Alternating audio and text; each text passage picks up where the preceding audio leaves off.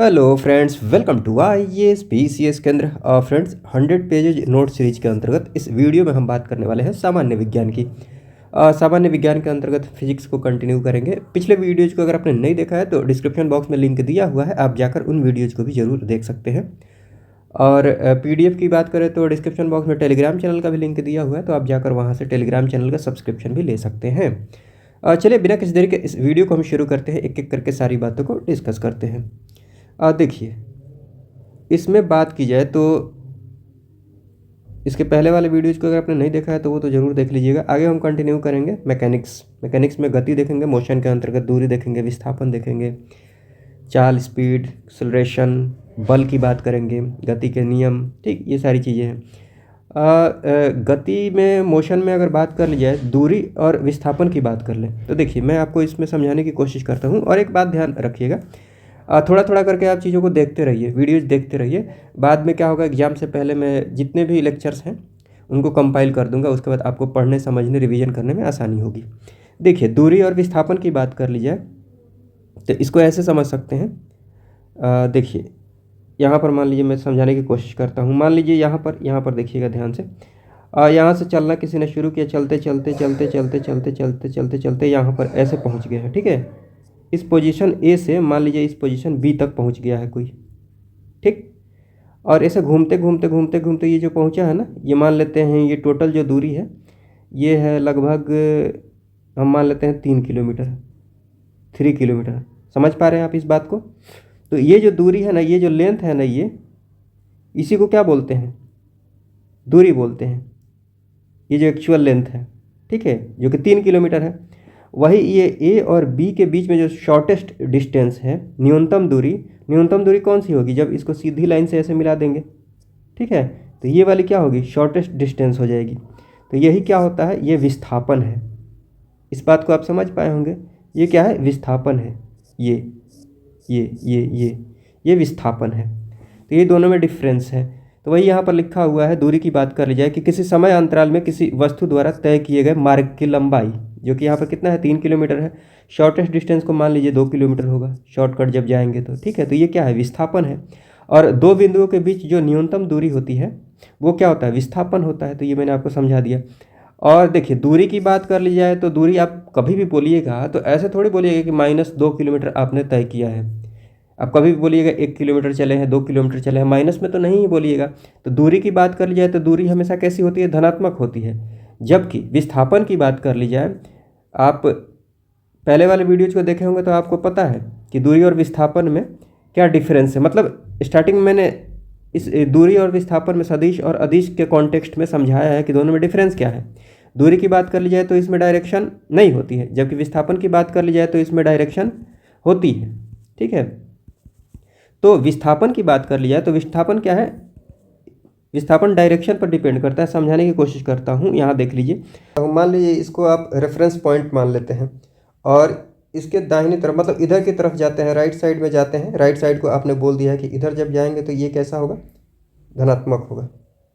Displacement की बात करें तो पॉजिटिव। तो इसके उल्टे डायरेक्शन में अगर जाएंगे ना, उल्टी डायरेक्शन में, तो उसको नेगेटिव में लेना पड़ेगा, ठीक है। अगर नहीं भी समझ में आ रहा है तो बस आप ये दिमाग में सेट कर लीजिए कि जो विस्थापन है वो धनात्मक एंड ऋणात्मक दोनों हो सकती है। और इसमें ऋणात्मक का मतलब ये नहीं कि नेगेटिव में उसकी वैल्यू हो रही है। ऋणात्मक यहाँ पर बस डायरेक्शन को इंडिकेट कर रहा है। ऋणात्मक जो है या फिर माइनस का जो साइन लगेगा वो बस क्या इंडिकेट करेगा? डायरेक्शन को इंडिकेट करेगा। मान लीजिए हम लिख देते हैं यहाँ पर लिख देते हैं कि डिस्प्लेसमेंट यहाँ पर -2 किलोमीटर है।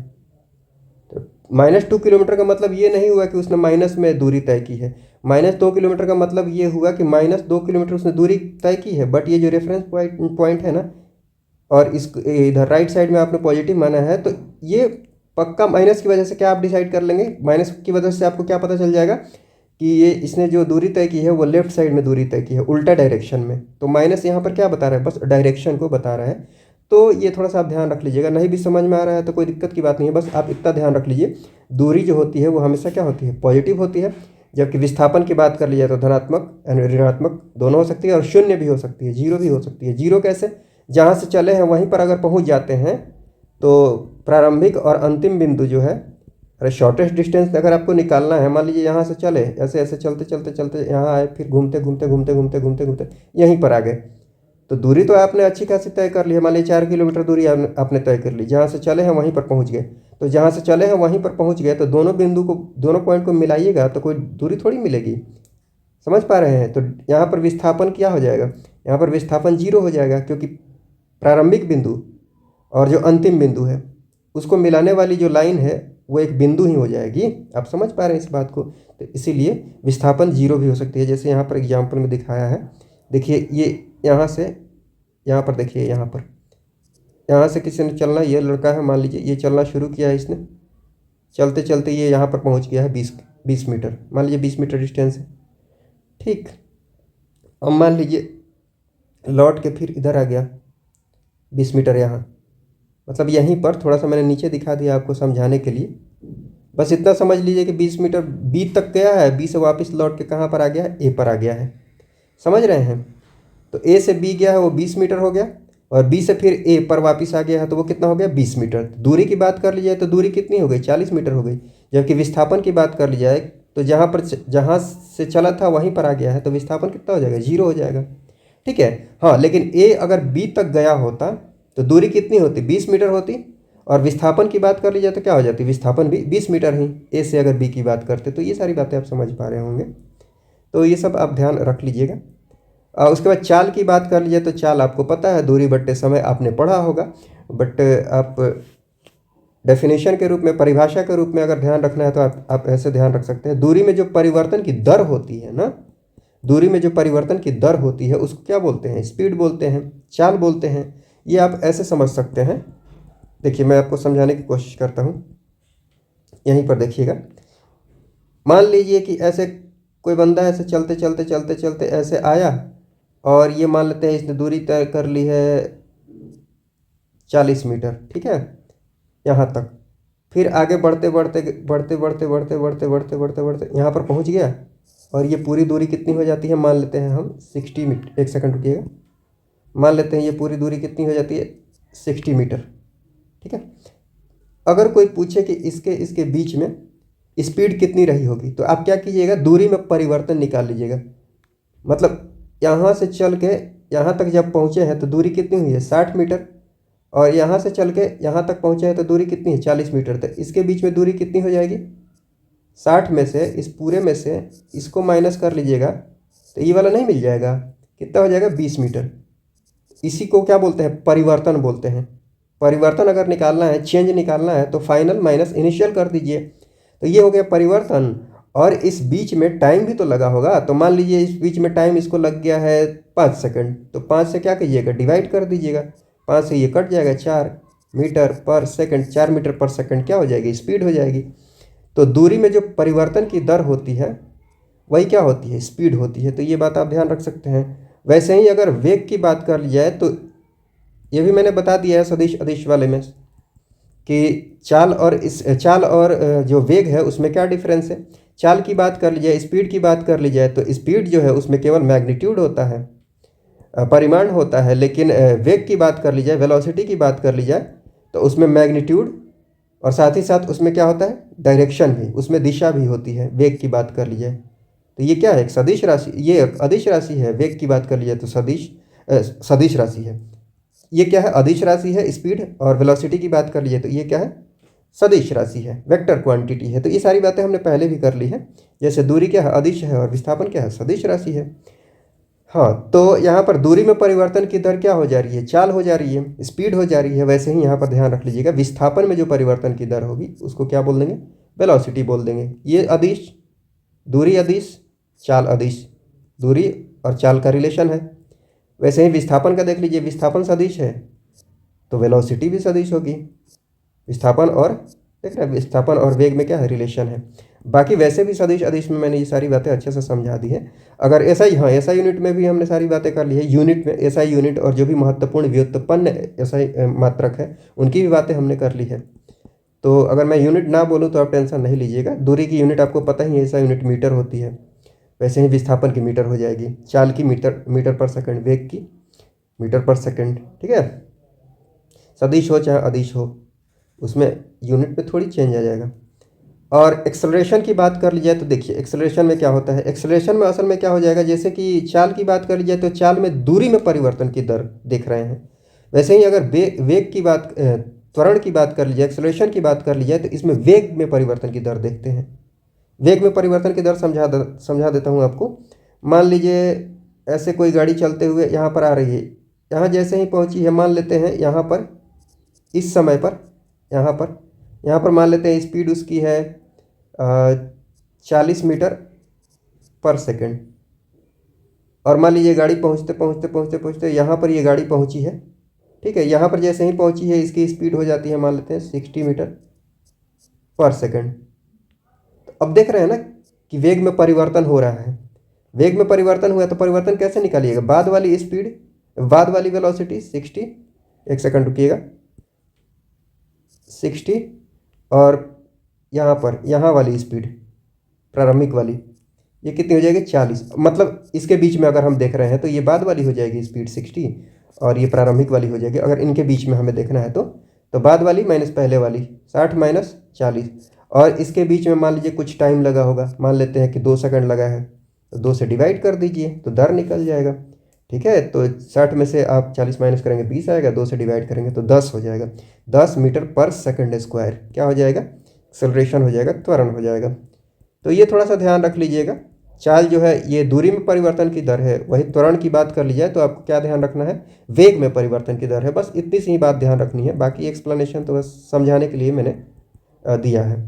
और इतना समझाने के बाद यहाँ पर कोई विशेष दिक्कत आपको होगी नहीं कि समान वेग होने पर जो त्वरण होगा वो कितना हो जाएगा, 0 हो जाएगा। देखिए मान लीजिए यहाँ पर अभी कैसे मैंने आपको बताया कि मान लेते हैं यहाँ पर जो वेलोसिटी है वो कितनी है 40 मीटर पर सेकंड है, और यहाँ पर अगर बात करी जाए यहाँ पर तो यहाँ पर भी जो वेलोसिटी रहती है 40 मीटर पर सेकंड ही रह जाती है, मतलब जितनी वेलोसिटी यहाँ पर है उतनी वेलोसिटी यहाँ पर भी है। अब दोनों को माइनस कीजिएगा चेंज निकालने के लिए, परिवर्तन निकालने के लिए, तो 40 में से आप 40 माइनस कीजिएगा तो कितना हो जाएगा, 0 ही हो जाएगा। 0 में आप किसी भी टाइम से डिवाइड करते हैं, जितना भी टाइम लगा है 0 में किसी भी नंबर से डिवाइड कीजिएगा तो 0 ही हो जाएगा ना। ये बात आप समझ रहे हैं। तो ये आप ध्यान रख लीजिएगा कि वेग समान होता है तो एक्सेलरेशन क्या हो जाएगा, 0। आप सीधा सा बस इतना ध्यान रख लीजिए, अगर कोई वस्तु सीधी रेखा में चल रही है, स्ट्रेट लाइन में चल रही है, तो उसकी स्पीड अगर कांस्टेंट है तो वेलोसिटी भी कांस्टेंट हो सकती है। बट वही सर्कुलर मोशन की बात कर ली जाए तो देखिए वहाँ पर स्पीड कांस्टेंट है लेकिन वेलोसिटी क्या होगी, कांस्टेंट नहीं होगी, वेलोसिटी चेंज होते रहेगी, हर पॉइंट पर वेलोसिटी बदल रही है डायरेक्शन की वजह से, ठीक है। तो इतना आपको ध्यान रखना है कि अगर चाल कांस्टेंट है मतलब समान है तो वेग भी समान हो, ये ज़रूरी नहीं है। और चलिए उसके बाद बात कर लेते हैं बल तथा गति के नियम। पहले बल की बात कर लेते हैं। बल की बात कर लीजिए तो देखिए ये मैं आपको समझाने की कोशिश करता हूँ। कोई भी मोशन अगर हो रहा हो, कोई भी गति हो रही हो, तो गति का जो प्रमुख कारण होता है, जो मुख्य कारण होता है वो क्या होता है, बल होता है। बल की वजह से ही एक्सेलरेशन उत्पन्न होता है, त्वरण उत्पन्न होता है, जिसकी वजह से उसमें स्पीड आती है, ठीक है। तो गति का कारण क्या है, बल है, ये आप थोड़ा सा ध्यान रख सकते हैं। बाकी बल के प्रकार में देखने जाइएगा तो संतुलित बल पढ़िएगा, असंतुलित बल पढ़िएगा, संपर्क बल, गैर संपर्क बल, कॉन्टैक्ट फोर्स, नॉन कॉन्टैक्ट, थोड़ा थोड़ा मैं आपको समझा देता हूँ जितना ज़रूरी है एग्जाम पर्सपेक्टिव से। देखिए बैलेंस्ड फोर्स का मतलब ये हुआ कि मान लीजिए यहाँ पर ये मान लीजिए कोई टेबल है, टेबल पर मान लीजिए ऊपर कोई वस्तु रखी हुई है, चाहे यहाँ देख लीजिए, टेबल छोड़िए, यहाँ पर डायग्राम ये फोटो में देख लीजिए, यहाँ पर देखिए, यहाँ पर ये इधर से ये फोर्स लगा रहे हैं, खींच रहे हैं इस डायरेक्शन में, कितने का फोर्स लगा रहे हैं 300 न्यूटन, और 300 न्यूटन का फोर्स ये भी लगा रहे हैं इसको उल्टा डायरेक्शन में, देख पा रहे हैं आप। तो जितना फोर्स इधर लगा रहे हैं उतना ही फोर्स क्या है इधर भी लगा रहे हैं, इसीलिए क्या है ये बैलेंस्ड है, संतुलित है। मतलब ये जो रस्सी है ना इनकी तरफ खिंचाएगी और ना इनकी तरफ खींची जाएगी, रस्सी जैसी जैसी है वैसी की वैसी ही रहेगी, ठीक है। मतलब बियरिंग कैपेसिटी उसके पास है, तो नहीं तो ज़्यादा फोर्स लगाने पर तो टूट ही सकती है ना। बस इतना समझ लीजिए कि ये जो है ना, ये जो तीनों है, तीनों खींच रहे हैं इस रस्सी को, और इधर ये तीनों खींच रहे हैं इस रस्सी को, तो न ये खींच पाएंगे न ये खींच पाएंगे, ये जहाँ है ये वहीं रहेंगे और ये जहाँ है वहीं रहेंगे। बैलेंस्ड फोर्स का मतलब ये हो गया, ठीक है। संतुलित बल है यहाँ पर। असंतुलित में देखिए, यहाँ पर देखिए, नीचे देखिए, यहाँ पर ये 300 न्यूटन का फोर्स लगा रहे हैं, इधर क्या है, ये अकेले रह गया, 100 न्यूटन का ही फोर्स लगा रहा है, तो इधर की तरफ फोर्स कितना हो गया, ज़्यादा हो गया। नेट फोर्स की बात कर लीजिए तो इधर की तरफ 200 न्यूटन का फोर्स ज़्यादा लग जाएगा, इधर की तरफ 100 न्यूटन में बैलेंस होगा, 200 न्यूटन का फोर्स इधर की तरफ लग जाएगा। देखिए यहाँ पर मैंने लिखा है नेट फोर्स कितना है, 200 न्यूटन। इस वजह से ये यहाँ पर फोर्स क्या हो जाएगा, अनबैलेंस्ड हो जाएगा, जिसकी वजह से ये जो तीनों है खींच लेंगे इसको। देखिए ये गिरता हुआ दिखाया गया है यहाँ पर, तो ये अनबैलेंस्ड फोर्स का एग्जाम्पल है। एग्जाम पर्सपेक्टिव से आपको जो ध्यान रखने वाली बात ये है, आपको ये ध्यान रखना है कि संतुलित, असंतुलित, असंतुलित मैं बोल रहा हूँ, संपर्क मतलब contact force, non contact force, तो इनके कुछ एग्जाम्पल्स आप ध्यान रख लीजिएगा। मैं आपको यहाँ पर दिखाने की कोशिश करता हूँ। देखिए कॉन्टैक्ट फोर्स की बात कर जाए, मतलब जो कांटेक्ट की वजह से, संपर्क की वजह से जो बल लगता है ना, उसको क्या बोलते हैं, कांटेक्ट फोर्स बोलते हैं। उसका एग्जांपल हो गया घर्षण बल, फ्रिक्शन फोर्स। फ्रिक्शन फोर्स कहने का मतलब ये हुआ कि जैसे मान लीजिए ये टेबल है, टेबल का ऊपर वाला सरफेस है, इस पर मान लेते हैं कोई वस्तु रखी हुई है, ठीक है, इस पर कोई वस्तु रखी हुई है। अब मान लीजिए इस पर फोर्स लगा रहे हैं, इधर की तरफ खींच रहे हैं, इधर की तरफ खींच रहे हैं, तो इधर की तरफ जब खींचेंगे ये वस्तु जो है इधर की तरफ जाएगी, तो टेबल और ये इस वस्तु के बीच में इस डायरेक्शन में एक फोर्स लगेगा, फ्रिक्शन फोर्स। रगड़ जो खाता है, रगड़ते हुए घिसते हुए जो जाता है, फ्रिक्शन की वजह से होता है ना, तो ये बात समझ लीजिएगा। तो ये कांटेक्ट की वजह से ही हो रहा है, ये कांटेक्ट में है, इसी वजह से फ्रिक्शनल फोर्स लग रहा है। हाँ, वैसे ही एक और बात यहाँ पर ध्यान रख लीजिएगा, इस वस्तु, ये जो वस्तु है इस पर एक नीचे की तरफ बल लगता है, ग्रेविटेशनल फोर्स जिसको बोलते हैं, ठीक। और जितना फोर्स इधर की तरफ लग रहा है इस टेबल की वजह से, ऊपर की डायरेक्शन में भी उतना ही बल लग रहा होगा, जिसको नॉर्मल फोर्स बोलते हैं, ठीक है, नॉर्मल फोर्स बोलते हैं। तो नॉर्मल फोर्स की बात कर ली जाए तो ये भी क्या है, कॉन्टैक्ट फोर्स का एग्जाम्पल है। स्प्रिंग फोर्स की बात कर ली जाए तो मान लीजिए स्प्रिंग से कोई चीज़ जुड़ी हुई होगी तभी तो उस पर बल लगेगा, स्प्रिंग वाला। मान लीजिए दबा देते हैं तो स्प्रिंग उसको धक्का देगी, तो वो कांटेक्ट में आने पर ही होगा ना, या फिर खींचे हुए है स्प्रिंग को तो कांटेक्ट की वजह से ही होगा ना। तो स्प्रिंग बल आप समझ रहे हैं कि वो कांटेक्ट फोर्स का एग्जांपल है। वैसे ही पेशीय बल की बात कर लीजिए, मस्कुलर फोर्स की बात कर लीजिए, तो जब साइकिल कोई चलाता है तो आप देखे होंगे, या फिर आप चलाए होंगे, या फिर आप चलाते हैं, तो साइकिल जब चलाते हैं तो पैर से फोर्स लगाते हैं ना, पैडल पर मसल से फोर्स लगाते हैं, तो वो क्या, किसका एग्जाम्पल हो गया, मस्कुलर फोर्स का। तो मस्कुलर फोर्स क्या हो जाएगा, कांटेक्ट फोर्स का एग्जाम्पल हो जाएगा। समझ पा रहे हैं आप। तो ये सारी बातें आप ध्यान रख लीजिएगा, संपर्क बल के अंतर्गत कौन कौन से बल प्रमुख रूप से आते हैं। और इतनी बातें आप समझ गए हैं तो बाकी कोई फोर्स भी आता है तो आप अपना दिमाग लगाकर बता सकते हैं। तो घर्षण बल, स्प्रिंग बल, पेशीय बल, नॉर्मल फोर्स की बात कर ली जाए तो ये सब कैसे एग्जाम्पल्स हैं संपर्क बल के। और उसके बाद गैर संपर्क बल की बात कर लिया, नॉन कॉन्टैक्ट फोर्स की बात करें तो ये सिंपल सी बात है, आप आसानी से समझ सकते हैं। जैसे चुंबकीय बल की बात कर लेते हैं, मैग्नेटिक फोर्स की बात करें तो देखिए, मैग्नेटिक फोर्स की बात करें तो इसमें संपर्क की जरूरत नहीं है, कांटेक्ट में लाने की जरूरत है ही नहीं, वो दूर से ही फोर्स लगाने लगते हैं। ये बात आप आसानी से समझ रहे हैं। तो मैग्नेटिक फोर्स जो है ये किसका एग्जाम्पल हो गया, नॉन कॉन्टैक्ट फोर्स का एग्जाम्पल हो गया। और उसके बाद गुरुत्वाकर्षण बल की बात करें, ग्रेविटेशनल फोर्स की बात करें तो मान लीजिए आप कोई वस्तु छत पर से बस छोड़ देते हैं, ठीक है, ये कोई वस्तु है, इसको जैसे छोड़िएगा तो ये वस्तु क्या होगी, नीचे की तरफ गिरना शुरू हो जाएगी। और मान लीजिए यहाँ पर अर्थ है, पृथ्वी है, ठीक है। तो एक बात बताइए, इस वस्तु और पृथ्वी के बीच में कोई संपर्क थोड़ी है, संपर्क नहीं है यहाँ पर, फिर भी फोर्स लग रहा है, किसकी वजह से, अर्थ की वजह से। और उस फोर्स की वजह से ये वस्तु नीचे आ रही है, ये बात आप समझ पा रहे होंगे। तो ये जो फोर्स लग रहा है यहाँ पर, ग्रेविटेशनल फोर्स, आप आसानी से समझ पा रहे होंगे कि ये नॉन कॉन्टैक्ट फोर्स का एग्जाम्पल है, कोई कॉन्टैक्ट नहीं है फिर भी फोर्स लग रहा है, ठीक है। वैसे ही स्थिर वैद्युत बल की बात कर लीजिए, इलेक्ट्रोस्टैटिक फोर्स की बात कर लीजिए, जो चार्ज के बीच में फोर्स लगता है, जो चार्जेज होते हैं उनके बीच फोर्स लगता है, उसको बोलते हैं इलेक्ट्रोस्टैटिक फोर्स। इसका सबसे बेहतरीन एग्जाम्पल है, आप कागज़ के छोटे छोटे टुकड़े फाड़कर रख लीजिएगा, उसके बाद क्या कीजिएगा, बाल में कंघी करने के बाद या फिर बाल में कंघी को रगड़ने के बाद, कंघी को जैसे ही टुकड़ों के पास ले जाइएगा, कागज़ के टुकड़ों के पास ले जाइएगा, कागज़ के जो टुकड़े हैं वो कंघी की तरफ अट्रैक्ट होना शुरू हो जाएंगे। तो ये होता है अपोजिट चार्ज क्रिएट हो जाने की वजह से, ठीक है, रगड़ने की वजह से।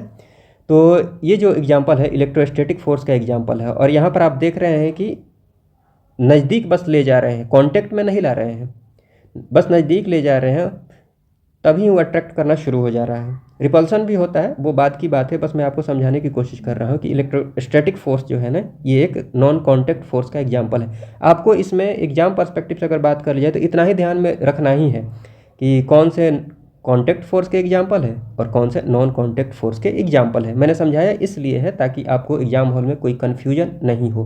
कन्फ्यूजन हो तो आप अपना दिमाग लगाकर जो ऑप्शन है उसको एलिमिनेट करके सही ऑप्शन तक पहुंच जाएं, सही आंसर को टिक कर पाएँ। तो ये सारी बातें हैं। उसके बाद बात कर लेते हैं, इसके बाद आ जाएंगे न्यूटन के जो भी गति के नियम है, पहला नियम, दूसरा नियम, तीसरा नियम, ठीक है। हाँ, ये देखिए, ये कंघी वाला एग्जाम्पल मैंने यहाँ पर दिखाया है, इलेक्ट्रोस्टैटिक फोर्स का एग्जाम्पल, ये नॉन कॉन्टैक्ट फोर्स के अंतर्गत आ जाएगा। तो ये सारी बातें हैं। चलिए इस वीडियो में बस इतना ही रहने देते हैं। इस वीडियो को देखने के लिए आपका बहुत बहुत धन्यवाद। जय हिंद, जय भारत।